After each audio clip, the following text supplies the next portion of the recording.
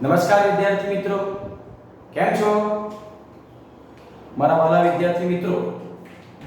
આજે આપણે સ્વાધ્યાયના બીજા જે દાખલા બાકી છે એને આપણે ગણીશું. બરાબર? બોર્ડ ઉપર સ્વાધ્યાયનો 13મો, સ્વાધ્યાયનો 14 અને સ્વાધ્યાયનો 27 આ ત્રણ દાખલા આપણે અહીંયા આજે કેલ્ક્યુલેટ કરવાના છે. અને એ આપણા જે પ્રકાશીય ઉપકરણો છે એના ઉપર આધારિત છે અને આ ત્રણ દાખલા એકદમ સરળ છે. તો શરૂઆત કરીએ છીએ આપણે સ્વાધ્યાયના 13મા દાખલાથી. રકમ આપેલી છે, વાંચવાની, મૂલ્ય લખવાના અને જે વસ્તુ માંગેલી છે એને કેવી રીતે કેલ્ક્યુલેટ થાય તે આપણને અહીંયા સમજ પડશે. તો એક નાના ટેલિસ્કોપના ઓબ્જેક્ટિવની કેન્દ્ર લંબાઈ 144 સેન્ટીમીટર અને આઈપીસ ની કેન્દ્ર લંબાઈ 6 સેન્ટીમીટર છે. તો ટેલિસ્કોપની મોટવ શક્તિ એટલે મોટવની તથા ઓબ્જેક્ટિવ અને આઈપીસ વચ્ચેનું શું શોધવા કીધું છે? અંતર. હવે ટેલિસ્કોપની અંદર ઓબ્જેક્ટિવ અને આઈપીસ વચ્ચેનું અંતર એટલે ઓબ્જેક્ટિવની કેન્દ્ર લંબાઈ પ્લસ આઈપીસની કેન્દ્ર લંબાઈ એનો સરવાળો કરો એટલે એ બે વચ્ચેનું શું મળી જાય છે? અંતર. થિયરી બરાબર સમજ્યા હોય તો એ તમને ખ્યાલ આવી જાય. ચાલો જુઓ આપણે આ દાખલો કેવી રીતે ગણીએ.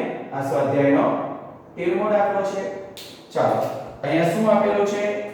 તો ઓબ્જેક્ટિવની કેન્દ્ર લંબાઈ છે એટલે અહીંયા આપવામાં આવ્યું છે આપણને FO અને એ FO ની કિંમત અહીંયા આપવામાં આવી છે 144 સેન્ટીમીટર. ચાલો અને આઈપીસ ની કેન્દ્ર લંબાઈ આપણને કેટલી આપવામાં આવી છે? 6 સેન્ટીમીટર. ચાલો તો આપણને પહેલા શું માંગેલું છે? મોટવ શક્તિ આપણને માંગેલી છે. એટલે એ મોટવની આપણે કેવી રીતે શોધી શકાય એ હું તમને બતાવી દઉં છું. ચાલો તો અહીંયા લખીએ છે મોટવ શક્તિ કોના માટે છે? ટેલિસ્કોપ માટે. તો m બરાબર FO ના છેદમાં શું આવે? F. ચાલો તો અહીંયા કિંમત આપણે મૂકી દઈએ. FO ની કિંમત આપણી પાસે કેટલી છે? 144 અને FE ની કિંમત કેટલી? 6. હવે આપણે કેલ્ક્યુલેટરમાં કરી નાખીએ. એકમ અહીંયા ના આવશે કારણ કે બંને રાશિની જે વાત કરવામાં આવે એના એકમ સરખા છે. એટલે 144 ભાગ્યા 6 કરવામાં આવે તો આપણને અહીંયા જે જવાબ મળે છે એ કેટલો મળે છે? 24. એટલે ટેલિસ્કોપની મોટવ શક્તિ આપણને કેટલી મળે છે? અહીંયા 24. બરાબર? ચાલો હવે આપણને શું માંગેલું છે બીજું અહીંયા? કે ઓબ્જેક્ટિવ અને આઈપીસ વચ્ચેનું અંતર. ચાલો તો આપણે લખી દઈએ. જોઈ લો કે ઓબ્જેક્ટિવ અને આઈપીસ વચ્ચેનું અંતર, ઓબ્જેક્ટિવ અને કોની વચ્ચેનું અંતર જોઈએ? આ આઈપીસ વચ્ચેનું અંતર. અને એ જે સૂત્ર આપણે લખવાના છે કે બેની કેન્દ્ર લંબાઈનો આપણો સરવાળો કે FO FE. FO ની કિંમત જોઈ લો 144 સેન્ટીમીટર, FE ની કિંમત 6 એટલે L બરાબર કેટલા આવી ગયા? 150 સેન્ટીમીટર. જોઈ લો એટલે આપણો આ સ્વાધ્યાયનો 13મો દાખલો કેટલો સરળતાથી ગણાઈ ગયો જોઈ શકો છો તમે. એટલે આપણને થિયરીનો કોન્સેપ્ટ પ્રોપરલી આવડતો હોય તો દાખલા ગણવાની અંદર કોઈ વાંધો આવતો નથી. આ થઈ ગયો સ્વાધ્યાયનો 13મો દાખલો. ચાલો વિદ્યાર્થી મિત્રો એ જ પ્રમાણે આપણે આ સ્વાધ્યાયનો 14મો દાખલો ગણવાનો છે. 13મો તો સમજ પડી જાય એવો જ છે. બરાબર? નાનો છે. હવે 14માની અંદર બે પોર્શન આપેલા છે, એક A છે અને આ B છે. A જે આપેલો છે એ ઉપર જે મોટવની ગણ્યો છે એ જ પ્રમાણે ગણવાનો છે અને B ની અંદર આપણે આકૃતિ દ્વારા સમજીએ. ચાલો તો રકમ આપેલી છે. શું આપેલું છે? એક વેધશાળા એટલે પ્રયોગશાળા એની અંદર આવેલ વિશાળ વક્રીકારક ટેલિસ્કોપમાં ઓબ્જેક્ટિવ લેન્સની કેન્દ્ર લંબાઈ 15 મીટર અને આઈપીસની કેન્દ્ર લંબાઈ કેટલી છે? 1 સેન્ટીમીટર છે. તો આપણે શું શોધવાનું છે? કોણીય મોટવ. ચાલો તો જોઈ લો તો ઉપર ગણ્યો છે તે જ પ્રમાણે છે. આ આપણને અહીંયા જે કિંમત આપવામાં આવી છે એનો ઉપયોગ કરવામાં આવે.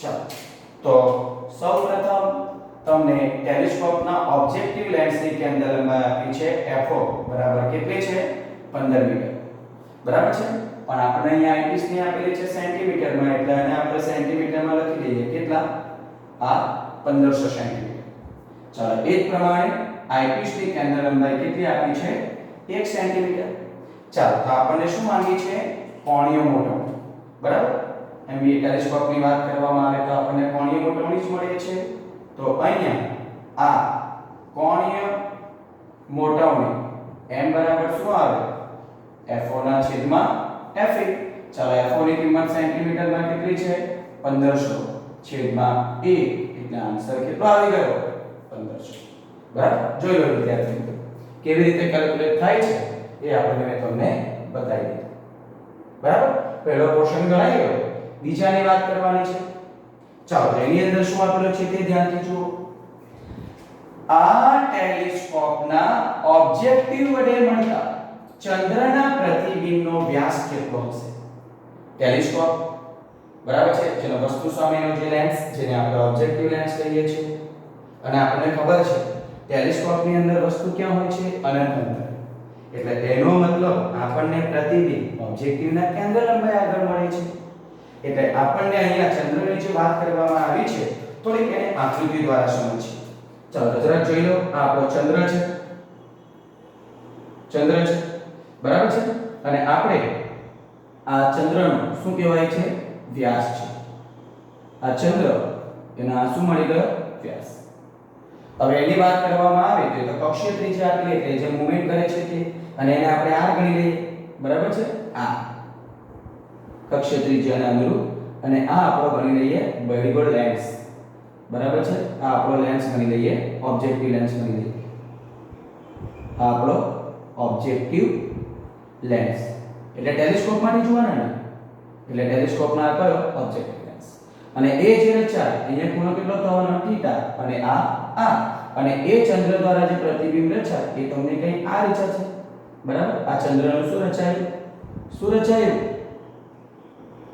પ્રતિબિંબ બરાબર હવે આકૃતિનું ભૂમિતિનું આપણે વાત કરવામાં આવે તો આ θ આ પણ કેટલો થવાનો θ અને આ જે ચંદ્ર છે એનો વ્યાસ આપણે પ્રતિબિંબનો વ્યાસ કેટલો ગણી દઈએ d' અને એ કેટલા અંતર મળે FO એટલે અહીંયા જે મૂલ્ય તમને આપવામાં આવ્યો છે ચંદ્રનો વ્યાસ આપી દેવામાં આવ્યો છે અને ચંદ્રની કક્ષીય ત્રિજ્યા એટલે આ અંતર પણ આપી દેવામાં આવ્યું છે અને આપણે આ ચંદ્રનો જે પ્રતિબિંબ રચાય છે એનો વ્યાસ ધારી લઈએ d' અને એ પ્રતિબિંબ કેટલા અંતરે રચાય છે કેન્દ્ર લંબાઈ જેટલા અંતરે ચાલો જરા જોઈ લો અહીંયા થોડું લખાણ કરી દઈએ એટલે આપણને ખ્યાલ આવશે કે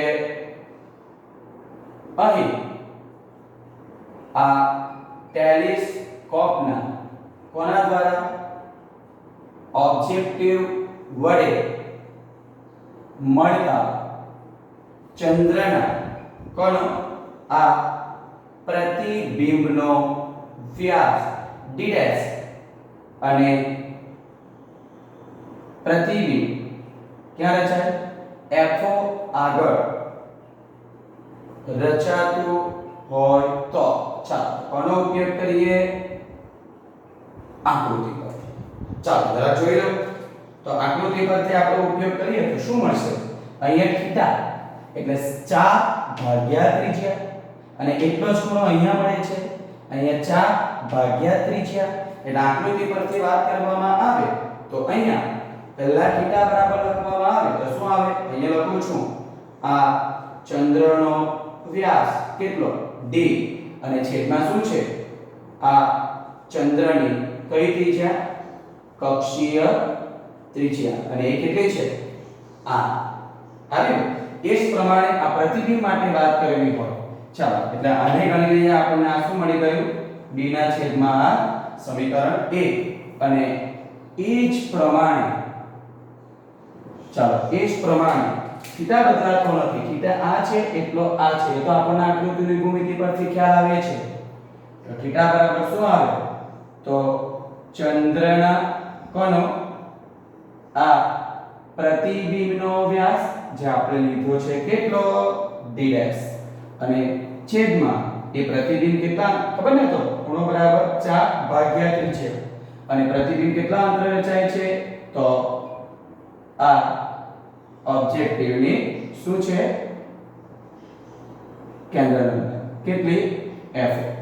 એટલે થીટા બરાબર શું આવી ગયું d' ના છેદમાં સિમ્પલ છે આ ખૂણો બરાબર 4 ભાગ્યા ત્રિજ્યા ચંદ્ર જે છે એની કક્ષીય ત્રિજ્યા r છે એનો વ્યાસ છે d એનું પ્રતિબિંબ આ ઓબ્જેક્ટિવ લેન્સના કેન્દ્ર લંબાઈ આગળ રચાય છે અને પ્રતિબિંબનો વ્યાસ d' ધાર્યો તો ખૂણાની વ્યાખ્યાનો ઉપયોગ કરીએ ખૂણો બરાબર 4 અને આ ત્રિજ્યા છે એટલે બંને સમીકરણનો થીટા સરખો રહે છે પ્રતિબિંબનો અને તમારો ચંદ્ર જે તમારો જે મળે છે એટલે અહીંયા શું લખી શકાય આ સમીકરણ 1 અને બીજું કોના પરથી 2 પરથી થીટાને સરખાઈ દો અહીંયા શું આવે છે આ d ના છેદમાં r અને અહીંયા શું આવે છે d' ના છેદમાં f આપણે શું શોધવાનું છે ચંદ્રના પ્રતિબિંબનો વ્યાસ અને એ વ્યાસ આપણે કેટલો ધાર્યો છે અહીંયા ધાર્યો છે d' જોઈ લો ચાલો d' ને કરતા બનાવી લો એટલે અહીંયા શું આવવાનું આ d' ને એ જ રહેવા દો એટલે અહીંયા આવવાનું d f એના છેદમાં શું આવી જવાનું r ચાલો તો જરા જોઈ લો અહીંયા આપણને d ની કિંમત આપેલી છે ચંદ્રનો વ્યાસ 3.48 10⁶ બરાબર છે ને ચાલો અને f ની કિંમત જે આપણને આપેલી છે તે અહીંથી લેવાની એ આપણે કેટલી લઈએ છીએ મીટરમાં 15 મીટર કારણ કે આ બધી રાશિ તમને સામે આપેલી છે મીટરની અંદર બરાબર છે ચાલો તો એનો ઉપયોગ કરીએ તો અહીંયા d ની કિંમત શું આવવાની આ 3.48 અને 10 ની કેટલી ઘાત છે 6 ઘાત ઓકે f ની કિંમત આપણી પાસે કેટલી છે તો અહીંયા આપેલી છે 15 મીટર અને ચંદ્રની કક્ષીય ત્રિજ્યા કેટલી આપેલી 3.8 ગુણ્યા 10 ની 8 એટલે 3.8 ગુણ્યા 10 ની શું કરીએ છે 8 એટલે એના ઉપરથી આપણે 3.48 ગુણ્યા 15 ભાગ્યા 3.8 કરવામાં આવે તો આપણને જવાબ મળે છે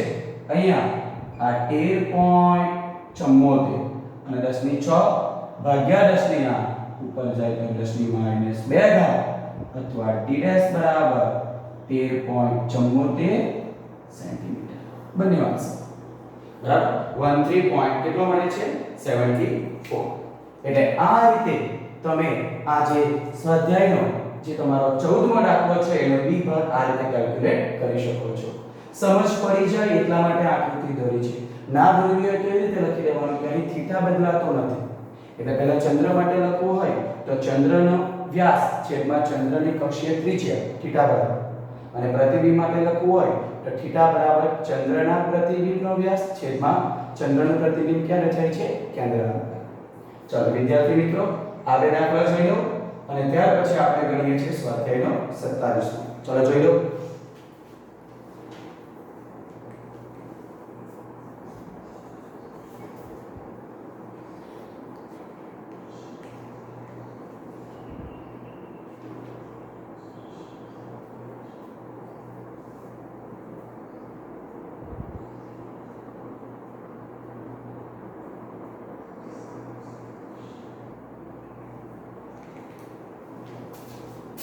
ચાલો વિદ્યાર્થી મિત્રો હવે આપણે આ સ્વાધ્યાયનો 27મો દાખલો છે બને ત્યાં સુધી ટેલિસ્કોપ માઇક્રોસ્કોપ એવા દાખલા આવે અને એની અંદર તમને ફિગર જો પ્રોપરલી ડ્રો કરતા આવડતી હોય તો દાખલો એકદમ ઈઝી ગોઈંગ થઈ જાય છે તો જોઈએ આપણે આ જે 27મો દાખલો છે એની અંદર શું આપેલું છે તો 1.25 સેન્ટીમીટર કેન્દ્ર લંબાઈના ઓબ્જેક્ટિવ 1.25 સેન્ટીમીટર કેન્દ્ર લંબાઈના શું છે ઓબ્જેક્ટિવ છે એટલે અહીંયા આપણને ઓબ્જેક્ટિવની કેન્દ્ર લંબાઈ આપેલી છે એટલે FO બરાબર શું આપેલું છે 1.25 સેન્ટીમીટર અને 5 સેન્ટીમીટર કેન્દ્ર લંબાઈના આઈપીસ વડે એટલે આઈપીસ માટે આપેલું છે કેટલું 5 સેન્ટીમીટર 30x કોણીય મોટવણી મેળવવી હોય હવે એ સિમ્બોલ આપેલો છે મોટવણી માટે 30x આપણે ખબર છે માઇક્રોસ્કોપની વાત સૂક્ષ્મદર્શક કેન્દ્ર જોયું એના પર બે લેન્સ હોય એના પર લખેલું 10x 45x એ મેગ્નિફિકેશન તમને મેગ્નિફાઇંગ બતાવે છે એટલે અહીંયા જે આપણને આપેલી છે કે આ જે આપણું સંયુક્ત માઇક્રોસ્કોપ છે એના વડે 30x જેટલી કોણીય મોટવણી મેળવવાની છે એટલે અહીં તમને જે આપેલી છે એ મોટવણી m બરાબર કેટલી આપેલી 30. તો સંયુક્ત માઇક્રોસ્કોપની ગોઠવણી કઈ રીતે કરવી જોઈએ? માઇક્રોસ્કોપને આપણે કેવી રીતે ગોઠવવું જોઈએ? હવે નોર્મલી સંયુક્ત માઇક્રોસ્કોપની સામાન્ય ગોઠવણી હોય તો આઈપીસ દ્વારા રચાતું પ્રતિબિંબ, જે અંતિમ પ્રતિબિંબ છે, આપણને કયા બિંદુ આગળ મળે? નજીક બિંદુ આગળ. એટલે હું લખી દઉં છું કે અહીં સંયુક્ત માઇક્રોસ્કોપ માટે આપણે ગણી લઈએ છીએ આ નજીક બિંદુ અંતર અને એ d બરાબર આપણે કેટલું લઈ લઈએ અહીંયા 25 સેન્ટીમીટર. બરાબર છે? ચાલો હવે જોજો, હું આકૃતિ થોડું અહીંયા આપણે ડ્રો કરીએ એટલે તમને થોડો ખ્યાલ આવે કે એની અંદર આપણે ગોઠવણી આપણે કેવી રીતે કરવાની છે. બરાબર? તો સામાન્ય રીતે ગોઠવણી આ રીતે કરવાની છે. આ સંયુક્ત માઇક્રોસ્કોપ છે એટલે આ જે આપણે ગણીએ છીએ એ આપણો ઓબ્જેક્ટિવ લેન્સ, એટલે આની કેન્દ્ર લંબાઈ f અને એને અનુરૂપ આ જે આપણે ગોઠવીએ છીએ એ શું છે? આપણો આઈપીસ. એટલે અહીંયા શું આવે? f. ચાલો હવે બરાબર જુઓ, આપણને સંયુક્ત માઇક્રોસ્કોપની ગોઠવણી કેવી રીતે કરવી જોઈએ? એટલે ક્વેશ્ચન એવો છે કે આટલી ગોઠવણી મેળવવી હોય તો આ બે લેન્સ વચ્ચેનું અંતર કેટલું હોવું જોઈએ? એટલે પહેલા તો આ શોધવાનું, આ બે વચ્ચેનું અંતર. બરાબર? બીજું, વસ્તુને આપણે કેટલા અંતરે મૂકવી જોઈએ? આ વસ્તુ, ઓબ્જેક્ટ, કે જેથી તમને એ ઓબ્જેક્ટની લેન્સ દ્વારા મળતું પ્રતિબિંબ, માની લો કે આ કોઈ અંતરે મળે છે. બરાબર? એટલે આપણે જો અહીંયા અંતર ગણવું હોય તો આ અંતર ગણાય આપણું u0 અને એના દ્વારા જે પ્રતિબિંબ રચાય છે એ v0 અને આઈપીસ માટે આ જે તમને મળે છે એનું શું થાય? વસ્તુ અંતર. એટલે આપણને અહીંયા આકૃતિની વાત કરવી હોય, બે લેન્સ વચ્ચેનું અંતર જોઈતું હોય અને વસ્તુને કેટલા અંતરે ગોઠવવી હોય તો u0 જોઈએ, v0 જોઈએ, ue જોઈએ અને આ બેનો સરવાળો કરીશું એટલે બે વચ્ચેની લંબાઈ આપણને મળી જાય. એટલા ત્રણે ત્રણ અંતર આપણે અહીંયા ફૂલફિલ કરીએ તો મોટવણી આપણને કેટલી મળી જાય છે? 30x. તો વારાફરતી આપણે કેલ્ક્યુલેટ કરીએ જે મૂલ્ય આપેલા છે તે. ચાલો, તો સૌપ્રથમ તમને અહીંયા આઈપીસ માટેની શું આપવામાં આવેલી છે? કેન્દ્ર લંબાઈ આપેલી છે. બરાબર છે? ચાલો તો આપણે આઈપીસ માટે મોટવણી શોધી નાખીએ કારણ કે પ્રતિબિંબ નજીક બિંદુ આગળ રચાય છે. ચાલો જરા જોઈ લેજો અહીંયા. અહીંયા આપણે કરીએ છીએ કોના માટે? આ આઈપીસ માટે. તો આઈપીસ માટે આપણી પાસે મોટવણીનું સૂત્ર છે નજીક બિંદુ આગળ 1 d ના છેદમાં શું આવે? f. એનું મૂલ્ય શોધવાનું છે. એટલે આપણે અહીંયા લખીએ છીએ 1 d ની કિંમત કેટલી છે? 25 અને એને અનુરૂપ f કેટલો આપ્યો છે? 5. તો આ થઈ જવાનું 5 5 25 એટલે અહીંયા આપણને 1 5 એટલે અહીંયા આઈપીસ ની મોટવણી કેટલી મળી ગઈ? 6. તો ઓબ્જેક્ટિવની મળી શકે. ચાલો આપણે જોઈએ. તો આપણી પાસે અહીંયા મોટવણી m નું સૂત્ર છે કે મોટવણી m બરાબર ઓબ્જેક્ટિવની મોટવણી ગુણ્યા આઈપીસ ની મોટવણી. હવે અહીંયા કુલ મોટવણી આપેલી છે 30. આઈપીસ ની મોટવણી મળી ગઈ 6. તો આપણને ઓબ્જેક્ટિવની મળી જાય ને. ચાલો તો એના પરથી મેં ઓબ્જેક્ટિવને કરતા બનાવી દીધા એટલે m ના છેદમાં શું આવી ગઈ? m એટલે 30 અને m ની કિંમત કેટલી? 6. એટલે એનો મતલબ m બરાબર કેટલો આવી ગયો? m બરાબર કેટલો આવી ગયો? 5. એટલે તમને અહીંયા ઓબ્જેક્ટિવની મોટવણી મળી ગઈ. એટલે આ ઓબ્જેક્ટિવ લેન્સ એટલે આ છે. એટલે ઓબ્જેક્ટિવની મોટવણી એટલે આપણે v0 છેદમાં u0. પ્રતિબિંબ આપણને જમણી બાજુ મળે છે એટલે પ્લસ, વસ્તુ આપણને ક્યાં મૂકી છે? ડાબી બાજુ એટલે માઈનસ. એટલે આ સમીકરણ આપણે લખવું હોય તો આ રીતે થાય કે અહીં આપણે લખવું હોય તો m0 બરાબર માઈનસ v0 ના છેદમાં u0. એટલે એના ઉપરથી a ની કિંમત કેટલી આપેલી? 5 અને એના પરથી હું ઓબ્જેક્ટિવ પરથી v0 બરાબર જે મૂલ્ય લેવું છું એ કેટલું લેવું છું? -5c. અને એના પરથી આ ઓબ્જેક્ટિવ જે વસ્તુને મેં કેટલા અંતરે મૂકવાની એ લેન્સના સૂત્રનો ઉપયોગ કરીને મેળવી શકું, કારણ કે મારી પાસે અહીંયા પ્રતિબિંબ અંતર આવી ગયું. બીજું ઓબ્જેક્ટિવ માટે મારી પાસે કેન્દ્ર લંબાઈ પણ છે. ચાલો તો આપણે લેન્સના સૂત્રનો ઉપયોગ કરીએ. ચાલો તો સૂત્ર શું આવશે કે અહીં -1/u0 અથવા તો લખીએ કોના માટે આ ઓબ્જેક્ટિવ માટે શું આવવાનું -1/u0 1/v0 શું થવાનું 1/f આટલી કિંમત આવે. ચાલો હવે એના ઉપરથી મને જોઈએ છે u0 એટલે u0 ને હું કરતા બનાવું એટલે મારું સમીકરણ શું થાય છે જરા જોઈ લો.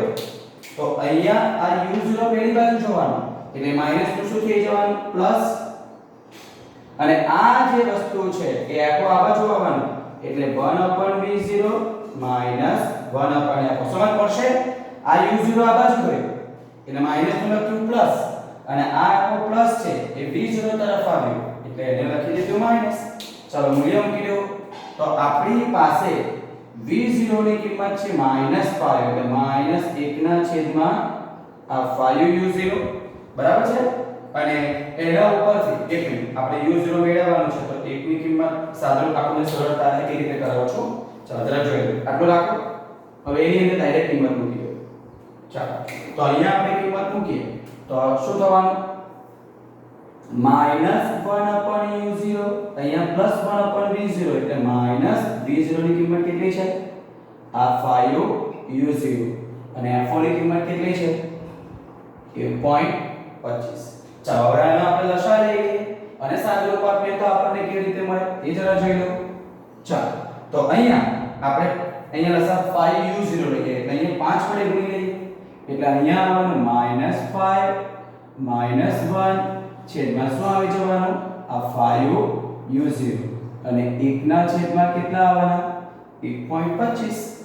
ચાલો કેટલા થઈ ગયા અહીંયા આપણે ગણવું હોય તો -6 છેદમાં શું થવાનું 5u0 1.25.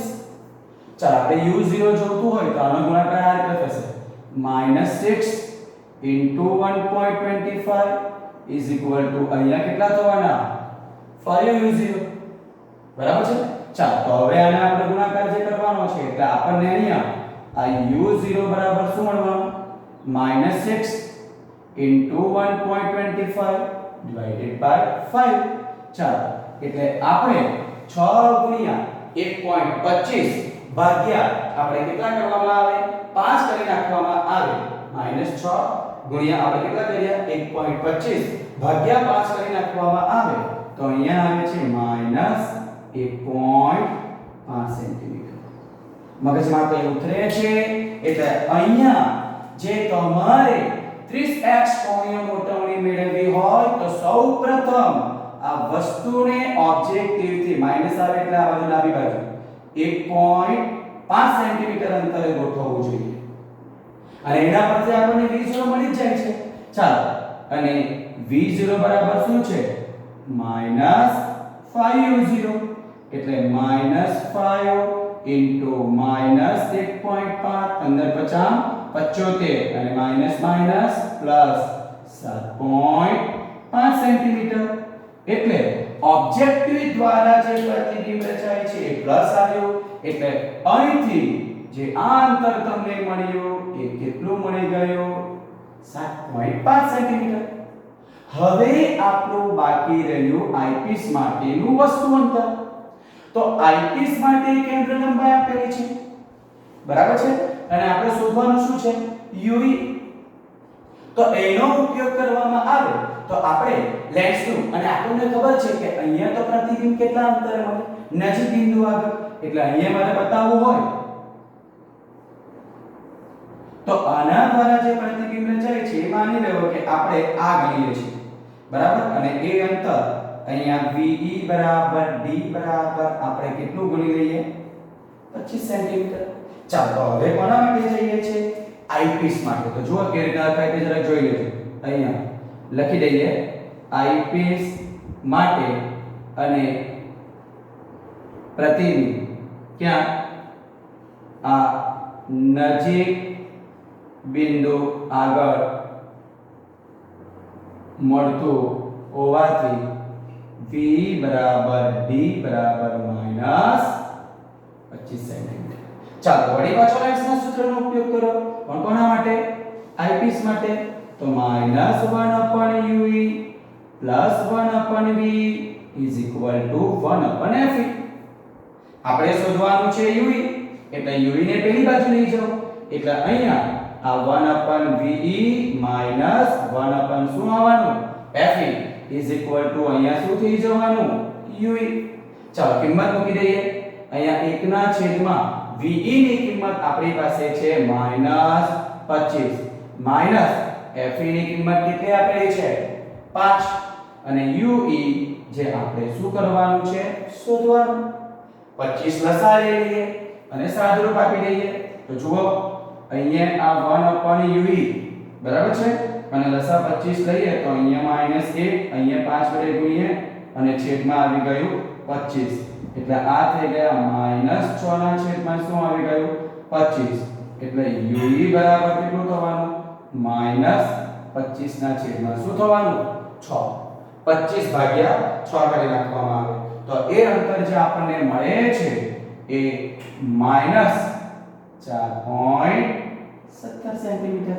જોઈ લો મળી ગયું. એનો મતલબ અહીંથી આ અંતર આપણને કેટલું મળે? 4.17 સેન્ટીમીટર. માઈનસ આવ્યું એટલે આઈપીસ ની ડાબી બાજુ છે. મળી ગયું. બરાબર છે.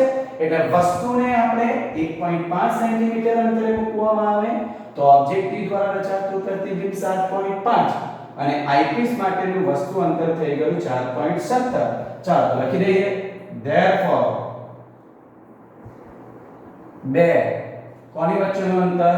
બે લેન્સ વચ્ચેનું અંતર L બરાબર શું થવાનું?